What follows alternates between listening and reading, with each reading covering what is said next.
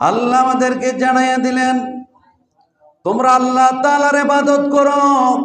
ওয়াবুদুল্লাহ, ইবাদত হবে আল্লাহর, তোমরা আল্লাহর ইবাদত করো। ওয়ালা তুশরিকু বিহি, ওয়ালা তুশরিকু বিহি শাইয়্যাও ওয়া বিল ওয়ালিদাইনি ইহসানা। ওয়ালা তুশরিকু বিহি শাইয়্যাও, এবং আল্লাহর সাথে কাউকে শরীক করো না, অংশীদার করো না। ওয়াবিল ওয়ালিদাইনি ইহসানা, এবং তোমার পিতা মাতার সাথে সদাচরণ করো। ওয়াজিল কুরবা ওয়াল ইয়াতামা ওয়াল মাসাকিন,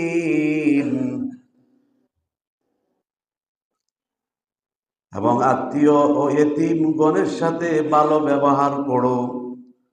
ওয়াল জারি যিল কুরবা ওয়াল জারি যিল জুনুব,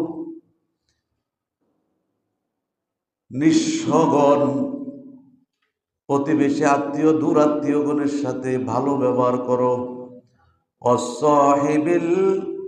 ওয়াসসাহিবি বিল জামবি ওয়াবনিস সাবিল ওয়ামা মালাকাত আইমানুকুম, আত্মীয়, দূর আত্মীয়, পড়শি, বন্ধু বান্ধব, প্রতীক, দাসগণের সঙ্গে ইহসান করো, ভালো ব্যবহার করো।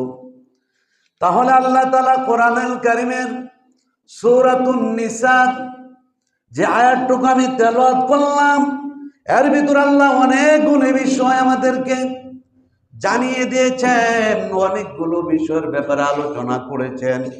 এক একটা বিষয়, এক একটা সাবজেক্ট আলোচনা করলে ঘন্টার পর ঘন্টা চলে যাবে। জুম্মার আলোচনা আছে তো সময় কম, সংক্ষেপে আমরা আলোচনা শুনবো। আল্লাহ তাআলা এক নাম্বার বললেন, ওয়াবুদুল্লাহ, ইবাদত হবে আল্লাহর। ওয়ালা তুশরিকু বিশাইআ, এবং আল্লাহর সাথে কাউকে শরীক কইরো না। ওয়াবিল ওয়ালিদাইনি ইহসানা, মাতা পিতার সাথে সদাচরণ করো। এ সম্পর্কে আমরা আলোচনা শুনেছি। এরপর আল্লাহ বললেন, ওয়াবিদিল কুরবা ওয়াল ইয়াতামা ওয়াল মাসাকিন, যারা তোমাদের মাঝে ইতিম, নিঃস্ব,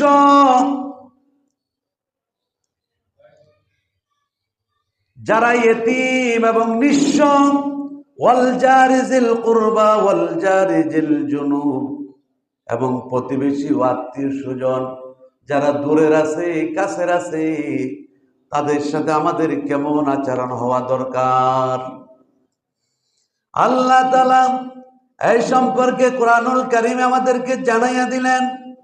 হাদিস আল্লাহ বলে দিলেন, যদি তোমরা প্রতিবেশীদের সাথে সৎ আচরণ করো, তোমার আত্মীয় স্বজনের সাথে ভালো ব্যবহার করো, যারা তোমাদের মধ্যে এতিম আছে, মিসকিন আছে, নিঃস্ব আছে, যাদের কোনো কিছু নাই, তাদের সাথে যদি ভালো ব্যবহার করো, তাহলে আমি নবী, আমি আল্লাহ মনে করব আমার হুকুমগুলি পরিপূর্ণ তোমরা বাস্তবায়ন করেছো।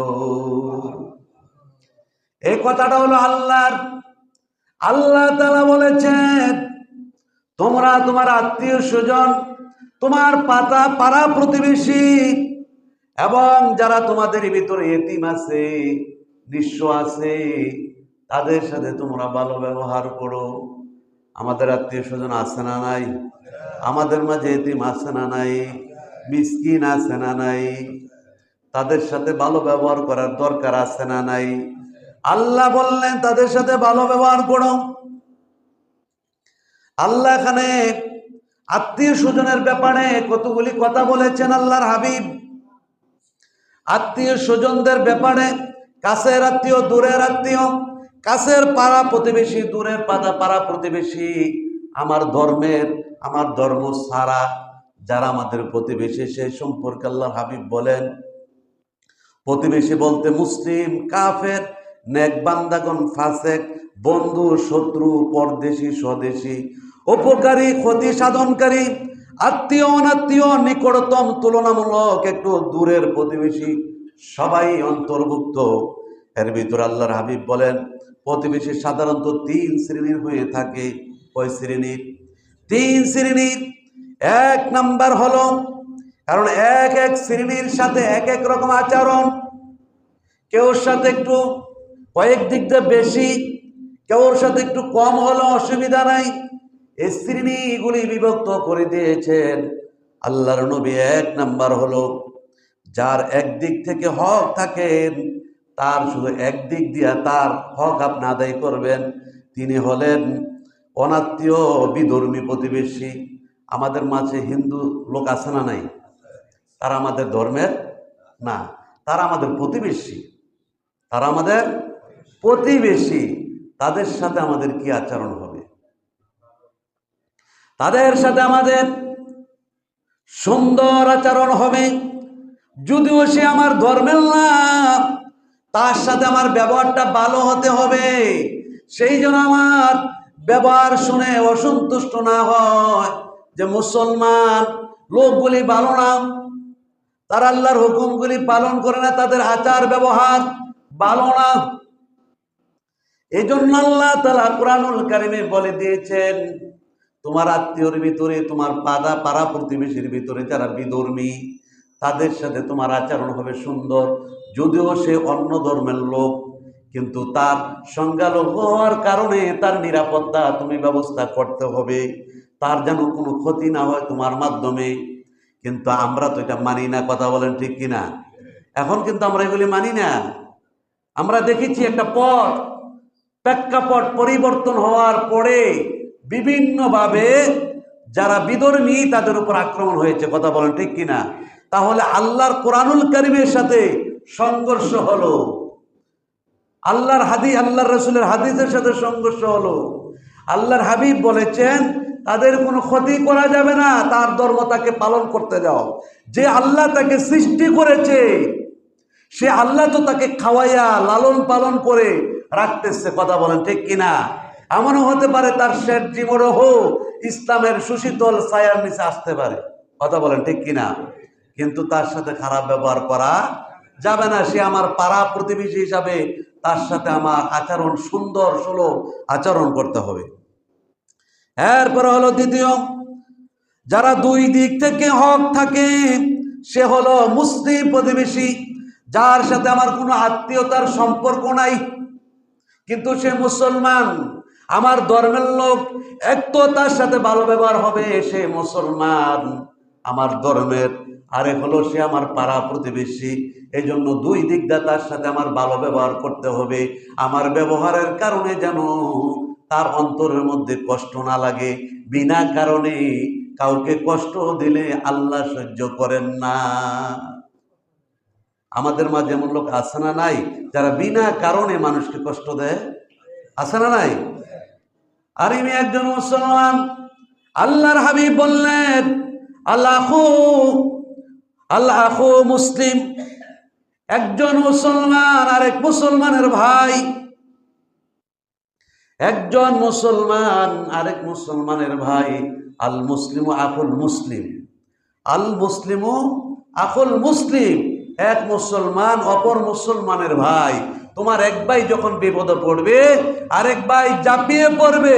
এটাই রাসূলের আদর্শ। কথা বলেন ঠিক কিনা? কিন্তু আমরা পারলে তাকে আইকেওয়ালা বাস দিই। কথা বলেন ঠিক কিনা? যদিও কথা শুনতে খারাপ লাগে, আসলে আমাদের চরিত্রটা এমন হই। কথা বলেন ঠিক কিনা? মুসলমানের মধ্যে নিরাপদ নাই। এই জন্য আল্লাহর হাবিব বললেন, আমরা যত চেষ্টা করি, আল্লাহ তাআলা বললেন যতক্ষণ আল্লাহর রুজুকে আঁকড়ায়া না ধরবে, মুসলমান এক প্ল্যাটফর্মে না আসবে, যতই তুমি ধর্মের কথা বলো, যতই একত্রিত থাকার কথা বলো, যতই তুমি ঐক্যর কথা বলো, জীবনও তোমার সাথে আমার ঐক্য হবে না। তার কারণ হলো তুমি আমাকে অন্তর থেকে ভালোবাসতে পারো নাই। তুমি আমার অন্তর থেকে তোমার অন্তর থেকে আমাকে ভালোবাসতে পারো নাই। আমিও আমার অন্তর থেকে তোমাকে ভালোবাসতে পারি নাই যতদিন পর্যন্ত একজন মুসলমান আরেকজন মুসলমানকে ভাই বলে সম্বোধন না করবে, এক মুসলমান আরেক মুসলমানের বিপদে ঝাঁপিয়ে না পড়বে, ততদিন পর্যন্ত আপনার ঐক্যর কথা বলতে পারবেন। খোদার কসম আপনারা ক্ষমতাও যেতে পারবেন না, ঐক্যও হবে না। তার কারণ হলো আপনার আদর্শ তো আমি লালন করি না, রাসূলের আদর্শের ভিতরে তো আমি নাই। আমার স্বার্থের জন্য, আমার স্বার্থের জন্য, আমার স্বার্থ উদ্ধারের জন্য আমি কাজ করি। কথা বলেন ঠিক কিনা? এই জন্য আজকে ঐক্য না থাকার কারণেই বিধর্মীরা, অন্যান্য ধর্মের লোকেরা আমাদের উপর আক্রমণ করার সাহস পায়। এই জন্য আল্লাহর রহমত থেকে আমরা বঞ্চিত হয়ে যাই। আল্লাহকে আমরা যদি বলি আল্লাহ আমাদের কথা শোনেন না, তার কারণ হলো আমরা ঐক্যর ভিতরে নাই। একজন মুসলমানের আদর্শ যা থাকার দরকার তা আপনার ভিতরে আমার ভিতরে নাই। কথা বলেন ঠিক কিনা? এই জন্য আল্লাহ তাআলা কোরআনুল কারীমে বলেছেন, ওয়াল্লাযীনা ইয়ানকুদুনা আহদাল্লাহি মিন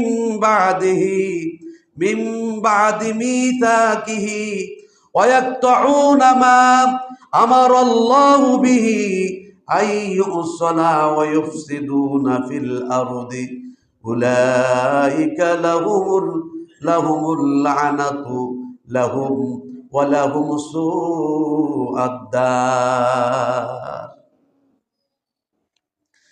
এজন্য আল্লাহ তাআলা বলেন, যারা আল্লাহ তাআলাকে দেওয়া দৃঢ় অঙ্গীকার ভঙ্গ করে যে সম্পর্ক অক্ষুণ্ণ রাখতে আল্লাহ তাআলার আদেশ করছেন তা ছিন্ন করে এবং পৃথিবীতে অশান্তি সৃষ্টি করে, তাদের জন্য রয়েছে লানত, লানাতু ওয়া লাহুম সুউদ্দার।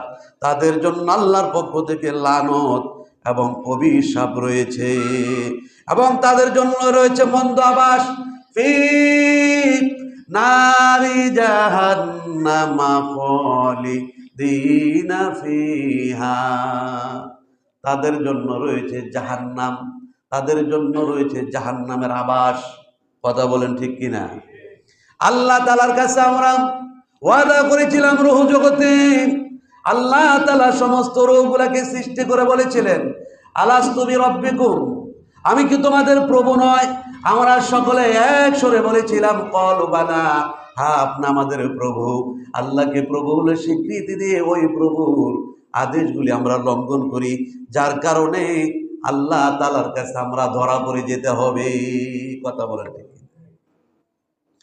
আমরা যে ক্ষমতার অপব্যবহার করি, আল্লাহ তাআলা এই সম্পর্কে কোরআনুল কারীমের মধ্যে বলেছেন, ফাআল আসাইতুম ইন তাওয়াল্লাইতুম আন তুফসিদু ফিল আরদি ওয়া তুকাত্তিউ আরহামাকুম উলাইকাল্লাযী লা'নাহুমুল্লাহু ফাসাম্মাহুম ওয়া আমা আবসারহুম।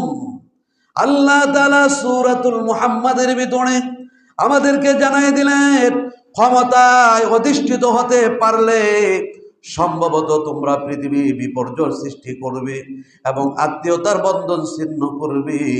আল্লাহ তাআলা এদেরকে করেন অভিশপ্ত, আর তাদেরকে কাল কিয়ামতের ময়দানে বধির এবং অন্ধ করে, দৃষ্টিহীন করে হাসরের মাঠে তুলবেন। আল্লাহর কোরআনের আয়াত আর আমাদের বর্তমান প্রেক্ষাপট মিল আছে না নাই? কথা বলেন, আছে না নাই? আল্লাহ বলেছেন ক্ষমতায় অধিষ্ঠিত হতে পারলেই সম্ভবত তোমরা পৃথিবীর বিপর্যয় সৃষ্টি করবে। যারা ক্ষমতা পায় তারাই ক্ষমতার অপব্যবহার করে। কথা বলেন ঠিক কিনা? আল্লাহ কিন্তু আজ থেকে ১৫০০ বছর আগে কোরআনুল কারীম আল্লাহর হাবিব উপর নাজিল করে আমাদেরকে জানাইয়া দিলেন যে আমার শেষ জমানায় আমার বান্দাদের ভিতরে তারা ক্ষমতা অধিষ্ঠিত হতে পারলে, ক্ষমতা পাইলেই তারা সমাজের ভিতরে বিশৃঙ্খলা সৃষ্টি করবে। আজকে আমরা এই পর্যায়ে আসি না নাই? যারা ক্ষমতায় যায় তারাই আরেক পক্ষের উপর আক্রমণ শুরু হয়ে যায়। আল্লাহ কিন্তু ১৫০০ বছর আগে আমাদেরকে কথাগুলি ঘোষণা দিয়েছেন, কিন্তু আমরা যদি তার থেকে বাঁচতে পারি তাহলে পরকালে আমাদের জীবনটা হবে মঙ্গলময়, আমরা হব জান্নাতি, আমাদের থেকে সৌভাগ্যশালী আর কেউ হবে না। এজন্য ক্ষমতার অপব্যবহার করা যাবে না। অত ইজ্জু মান তাশা অত জিল্লু মান তাশা বিয়াদিকাল খায়র। আল্লাহ বলেন ইজ্জতের মালিক আমি আল্লাহ, আমি ইচ্ছা করলে কাউকে সম্মানের আসনে বসাই দিতে পারি। অত জিল্লু মান তাশা, আমি ইচ্ছা করলে কাউকে একবারে পদদলিত করতে পারি, একবারে নিঃস্ব করে দিতে পারি, অসম্মানিত করে দিতে পারি। কথা বলেন ঠিক কিনা? এটা আল্লাহর কাছে এক সেকেন্ডের ব্যাপার নয়। আল্লাহ কোন কইলে হয়ে যায়, ভাইয়া কোন বললেই শেষ হয়ে যায়। এইসব লোকদেরকে আল্লাহ তাআলা, এখন আমরা ক্ষমতার কারণে ভাই চিনি না, বাবা চিনি না, বন্ধু চিনি না, পাড়া প্রতিবেশী চিনি না, একসাথে চলাফেরা করেছি আমার পাড়া প্রতিবেশী, কিন্তু আজকে ক্ষমতার দাপট নিয়ে তার উপর আক্রমণ করি, তাকে নির্যাতন করি, নিপীড়ন করি, তার উপর জুলুম করি। আল্লাহ বললেন এই জুলুমকারীদেরকে আল্লাহ পছন্দ করেন না। আল্লাহ তাআলা তাদের উপর লানত করেছেন, অভিশাপ দিয়েছেন। আর কাল কিয়ামতের ময়দানে এই লোকগুলাকে আল্লাহ দেন্দা করে, বধির করে, অন্ধ করে হাসরের মাঠে উঠাবে। আল্লাহ তাআলা যখন উঠাবেন তখন লোকেরা বলতে থাকবে আল্লাহ এই লোকগুলি কারা, যারা আজকে হাসরের মাঠে তাদের চোখ থাকতো তারা দেখে না, তাদের কান থাকতো তারা শুনে না, এগুলি কারা? আল্লাহর পক্ষ থেকে জবাব আসবে এগুলা হলো আমার নাফরমান বান্দা, যারা ক্ষমতায় অধিষ্ঠিত হয়ে তার আত্মীয়তার সম্পর্ক ছিন্ন করেছে, পাড়া প্রতিবেশীর সাথে সম্পর্ক ছিন্ন করেছে। আজকে তাদের উপর আমার লানত, তাদের উপর আমি আল্লাহর অভিশাপ। এজন্য রে মুসলমান, কারোর সাথে খারাপ ব্যবহার করা যাবে না। এই দুনিয়াটা অস্থায়ী, এই দুনিয়াতে একদিন ছিলাম না, এখন আছি, আবার এই দুনিয়া ছেড়ে চলে যেতে হবে। তোমার মতন বহু ক্ষমতাধর বাদশা, তোমার মতন বহু ক্ষমতাদার নেতা, তারাও কিন্তু দুলিশাত হয়ে গেছে।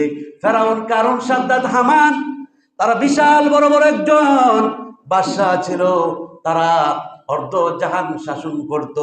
অনেক বাদশা ছিল, তারাও কিন্তু দুনিয়া থাকতে পারে নাই, ক্ষমতায় টিকতে থাকতে পারে নাই। ক্ষমতা দেওয়ার মালিককে, ক্ষমতা ছিনিয়ে নেওয়ার মালিককে। এরপর আল্লাহ তাআলা আমাদেরকে অনেক সময় ক্ষমতা দিয়া পরীক্ষা করেন, ক্ষমতাটা দেন, দিয়া দেখেন এই ক্ষমতার ব্যবহার ভালো হয়, আল্লাহর পক্ষে হয় না আল্লাহর বিপক্ষে হয়। আবার আল্লাহ ইচ্ছা করলে ক্ষমতা ছিনায় নিয়া রাস্তায় নামায় দিতে পারে। কথা বলেন ঠিক কিনা? এজন্য সাবধান মুসলমান, ক্ষমতার অপব্যবহার করেন না। আপনি এখন ক্ষমতাতে আছেন, আবার একদিন আপনার ক্ষমতা নাও থাকতে পারে। এই দালান একদিন আপনার বাবার ছিল, আপনার বাবার আগে আপনার দাদার ছিল, আপনার দাদার আগে আপনার পরদাদার ছিল। এখন আপনি আবার একদিন চলে যাবেন, এই ক্ষমতা পাবে আপনার সন্তান, আপনার সন্তান একদিন চলে যাবে আপনার নাতি, নাতি চলে যাবে পতি, এইভাবে চলতে থাকবে। দুনিয়াতে থাকার জায়গা, ক্ষমতার পরিবর্তন আসবে, হবে। আল্লাহ যাকে যতদিন মনে চায় তাকে রাখবে, আবার পরিবর্তন করবে। এজন্য এই কথা সবসময় চিন্তা করতে হবে, এই ক্ষমতাটা চিরস্থায়ী নয়। একদিন আমারও এই পর্যায়ে আসতে আমি পারি। আমি আজকে ক্ষমতা পেয়ে একজনকে ধাক্কা দিলাম, আপনি প্রস্তুত থাকেন এই ধাক্কার জন্য, আপনি একদিন এই ধাক্কা খাবেন, প্রস্তুত থাকেন। চিন্তা করেন না, আমরা ইতিহাস থেকে জানতে পেরেছি, দেখতে পেরেছি, বাস্তব হচ্ছে। কথা বলেন ঠিক কিনা? এরপর আল্লাহর হাবিব বললেন 3 নাম্বার হলো যার 3 দিক থেকে হকদার, সে হলো মুসলিম আত্মীয় প্রতিবেশী, এবং এ ব্যক্তি হক প্রতিবেশী হিসাবে এবং আত্মীয় হিসাবে এবং মুসলমান হিসাবে এই ব্যক্তির উপর আমার 3টা, এই ব্যক্তি আমার উপর 3টা হকদার। এক তো সে আমার আত্মীয়, তার সাথে সুন্দর ব্যবহার হবে। দ্বিতীয় হলো সে মুসলমান, সুন্দর ব্যবহার হবে। তৃতীয় হলো সে আমার পার্শ্ব প্রতিবেশী, এজন্য তার সাথে আমার সুন্দর আচরণ হবে। আমি যেই দিন মরে যাব, আমি যেই দিন দুনিয়াতে থাকবো না, ওই দিন যেন সে আমার জন্য আফসোস করে এমন জীবন করো হে গঠন, মরিলে হাসিবে তুমি, কাঁদিবে ভুবন। এমন জীবন করে যাও যেদিন তুমি দুনিয়ার জমিন ছেড়ে চলে যাইবা, মানুষগুলি তোমার জন্য কাঁদবে। যেদিন আমি মরে হয়ে যাব লাশ, সকল মানুষ কেঁদে কেঁদে আসবে আমাকে দেখার জন্য। কথা বলেন ঠিক কিনা? এজন্য রে মুসলমান, আপনার আচার ব্যবহারের দ্বারা যেন তারা কখনো কষ্ট না পায়। আর আল্লাহর হাবিব বললেন, যদি তোমরা আত্মীয় স্বজনের সাথে সম্পর্ক ছিন্ন করো, আল্লাহ তাআলার দরবারে তোমরা ধরা পড়ে যাইবা। আল্লাহর নবী তাদের ব্যাপারে কঠিন ঘোষণা দিয়েছেন, লা ইয়াদখুলুল জান্নাতা কাতিউন, আত্মীয়তা সম্পর্ককারী জান্নাতে যাবে না, জান্নাতে তো যাবি না, জান্নাতের ঘ্রাণও তারা পাবে না। যারা আত্মীয়তা সম্পর্ক ছিন্ন করে তারা কখনো জান্নাতে যাবে না, জান্নাতের ঘ্রাণও পাবে না। এবার বলেন আত্মীয় কারা? আত্মীয় আপনার ভাই, আপনার বোন, আপনার বাইস্তা, আপনার বাতিজি, আপনার ফুফু, আপনার খালা, আপনার খালু, আপনার ফুফা, আপনার ফুফু, আপনার ভাই, আপনার বোন, এইভাবে আপনার দাদা দাদি, নানা নানি, যারা আপনার বংশের ধারাবাহিকভাবে তারা আপনার আত্মীয়, তাদের সাথে যদি আপনি আত্মীয়তার সম্পর্ক ছিন্ন করেন, আল্লাহর হাবিব ঘোষণা দিয়েছেন তারা জান্নাতে যাবে না। যত আমলে থাকুক না কেন, ওই আমলগুলি আল্লাহ কবুল করবেন না। আমাদের মাঝে আত্মীয়তা ছিন্নকারী আছে না নাই? অনেক লোক আছে। এজন্য মুসলমান, দুর্ব্যবহার করা যাবে না। যদি কোনো কারণে ভাই ভাই দূরত্ব সৃষ্টি হয়ে থাকে, বাতিজার সাথে দূরত্ব সৃষ্টি হয়ে থাকে, বোনের সাথে, ফুফুর সাথে, খালার সাথে, দাদার সাথে, দাদির সাথে আপনার দূরত্ব সৃষ্টি হয়ে থাকে, আজকে গিয়ে বাড়ির মধ্যে তাকে ডাকেন আর বলেন, আমার কথাই যদি তুমি কষ্ট পেয়ে থাকো তাহলে তুমি আমাকে ক্ষমার দৃষ্টিতে দেখো, ক্ষমা করে দাও, তোমার সাথে আমি সম্পর্ক ছিন্ন করব না, সম্পর্ক রাখবো। তুমি আমি হৃদয়ের বন্ধনে আবদ্ধ হয়ে দুনিয়াতে যতদিন বেঁচে থাকি সম্পর্ক অটুট রাখবো। এই কথা বলে মিলে যান। আপনার জীবনে যদি আমল কম হয় তাহলে আপনার নাজাতের ফয়সালা হয়ে যাবে। আর পাহাড় পরিমাণ আমল, কিন্তু আল্লাহ এবং আল্লাহর রাসূলের বিরুদ্ধে আচরণ করেছো, আল্লাহর হাবিবের কথার বিরুদ্ধে করেছো, আত্মীয়তা সম্পর্ক ছিন্ন করছো, কাল কিয়ামতের ময়দানে জান্নাতের ঘ্রাণ পাবে না। আল্লাহর নবীর দরবারে এক লোক এসে বললেন, ইয়া রাসূলুল্লাহ, ইয়া হাবিবাল্লাহ, ফাকাদ জা ফিল হাদিস ইল্লা রাজুলান ক্বালা ইয়া রাসূলুল্লাহ সাল্লাল্লাহু আলাইহি সাল্লাম। আল্লাহর নবীর কাছে এক ব্যক্তি আসলেন এবং জিজ্ঞাসা করলেন, ইন্নালি করাবাতাও ওয়া আসিলুহুম ওয়া ইয়াকতুউনানি ওয়া আহসিনু ইলাইহিম ওয়া ইয়াসিউনা ইলাইয়া। আল্লাহর নবীর কাছে এক লোক এসে বললেন, ইয়া রাসূলুল্লাহ, ইয়া হাবিবাল্লাহ, আমার কত আত্মীয় আছে, আমি তাদের সহিত মিল মহব্বত রাখি, কিন্তু তাহারা আমাকে দূরে সরাইয়া দেয় এবং আমার সাথে তারা মহব্বত রাখে না। আমি তাদের সাথে সদ আচরণ করি, কিন্তু তারা আমার সাথে সদ আচরণ করে না। আর আল্লাহর নবী বললেন, অহলিমু আনহুম ওয়া ইয়াজহালুনা আলাইয়া ওয়া ক্বালা লা কুনতা কামা কুলতা ফাকাআন্নামা তুসিফুহুমুল মাল্লা ওয়ালা ইয়াজালু মাআকা মিনাল্লাহি যহিরুন আলাইহিম মা দুমতা আলা যালিক, রাওয়াহু মুসলিম। আল্লাহর নবী বললেন, ঠিক আছে, কিন্তু তারা আমার প্রতি বর্বরচিত ব্যবহার করে, খারাপ আচরণ করে, তাদেরকে আমি সালাম দেই, সালামের জবাব দেয় না, তাদের সাথে আমি ভালো ব্যবহার করতে চাই, তারা আমার সাথে দুর্ব্যবহার করে, এমন দুর্ব্যবহার করে সহ্য করার মতো না। আল্লাহর নবী বললেন, তুমি যা বলতেছো তা যদি সত্য হয়, তবে তুমি যেন তাদের প্রতি ছাই নিক্ষেপ করলাম, আগুন নিক্ষেপ করলাম, অর্থাৎ তাদের দুর্ব্যবহারের জন্য তারা অসুবিধা ভোগ করবে। আর যতদিন তুমি এই রূপ সদ্ব্যবহার করতে থাকবে, ততদিন পর্যন্ত আল্লাহর তরফ হইতে সর্বদা তোমার নিকট একজন সাহায্যকারী ফেরেশতা থাকবে। তোমার সাথে তারা দুর্ব্যবহার করে, তুমি তাদের সাথে ভালো ব্যবহার করো। যদি তোমার কথা সত্য হয়ে থাকে আর এইভাবে ব্যবহার করতে থাকো, তাহলে আল্লাহ তাআলার পক্ষ থেকে একজন ফেরেশতা নিয়োজিত করে দেয় তোমার সাহায্যের জন্য। ওই ব্যক্তি তোমার জন্য আল্লাহর কাছে দোয়া করবে আর তোমার জন্য তোমাকে সাহায্য করবে। বলো না সুবহানাল্লাহ। এজন্য মুসলমান, কারোর সাথে খারাপ ব্যবহার করা যাবে না। এতিম আছে না নাই? এতিমের হক নষ্টকারী লোক আমাদের সমাজে আছে না নাই? বাবা মরে গেছে, আমার বাতিজা, আমার ভাই মরে গেছে, বাতিজা এতিম হইয়া গেছে, তাদের বাবার সম্পদ এমন চাচা আছে না নাই দখল করে জোরপূর্বক ভাবে? অনেক লোক সমাজ আছে এতিম। আল্লাহর নবী রহমাতাল লিল আলামিন নবী দুনিয়াতে আসার আগে তার বাবা দুনিয়া থেকে বিদায় নিয়ে চলে গেছেন। 6 মাস 6 বছর বয়সে তার মা দুনিয়ার জমিন থেকে চলে গেছে। 8 বছর বয়সে দাদা চলে গেছে। এইভাবে আল্লাহর নবী এতিম অবস্থায় দুনিয়ার মধ্যে বসবাস করেছে। আল্লাহর নবী এতিমের হাত মাথার মধ্যে হাত বুলাইয়া দিছে। আল্লাহর নবী বলে, একটা এতিমের মাথায় যদি কোনো ব্যক্তি হাত বুলাইয়া দেয়, তার মাথার মধ্যে যত চুল, আল্লাহ তাআলা তার আমলনামায় তত নেক দান করবে। এজন্য আজকে তার বাবা নাই, এতিম হয়ে গেছে, মা নাই, এতিম হয়ে গেছে। তার সাথে যেন তোমার ব্যবহারটা সুন্দর হয়, আচরণটা সুন্দর হয়, সেই জন্য বাবা মা হারা ব্যথা না বুঝতে পারে। আপনি চাষি হইয়া চাষা হইয়া, আপনি জেঠা হইয়া জেঠি হইয়া, খালা হইয়া খাল হইয়া, তাকে ওই আদর দিয়া স্নেহ দিয়া বড় করলেন, লালন পালন করলেন। মার দুঃখ বাবার দুঃখ কখনো বুঝতে দিলেন না। খোদার কসম, একে উসিলা করে কাল কিয়ামতের ময়দানে আল্লাহ তাআলা আপনাকে নাজাতের ফয়সালা করে দিতে পারে। যেহেতু আল্লাহ বলছেন ওয়াবতাগু ইলাইহি ওয়াসিলা, আমি কাকে কোন উসিলায় পার করে দিব কেউ জানে না। কথা বলেন ঠিক কিনা? এজন্য তাদের সম্পদ জোরপূর্বক ভাবে আত্মসাৎ করা যাবে না। যদি ভুলবশত তোমার দলিলে উঠে যায়, তোমার জায়গার মধ্যে উঠে যায়, তুমি সঠিক বিচার করো। তোমার কাছে যদি সঠিক বিচার থাকে, অন্য বিচারকের দরকার নাই।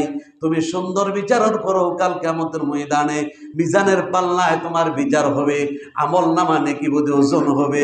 তুমি যদি দুনিয়াতে ভালো বিচার করতে পারো, ওই দিন তোমার আমল নামা বাড়ি হয়ে যাবে। এজন্য তাদের সাথে ভালো ব্যবহার করার দরকার আছে না নাই?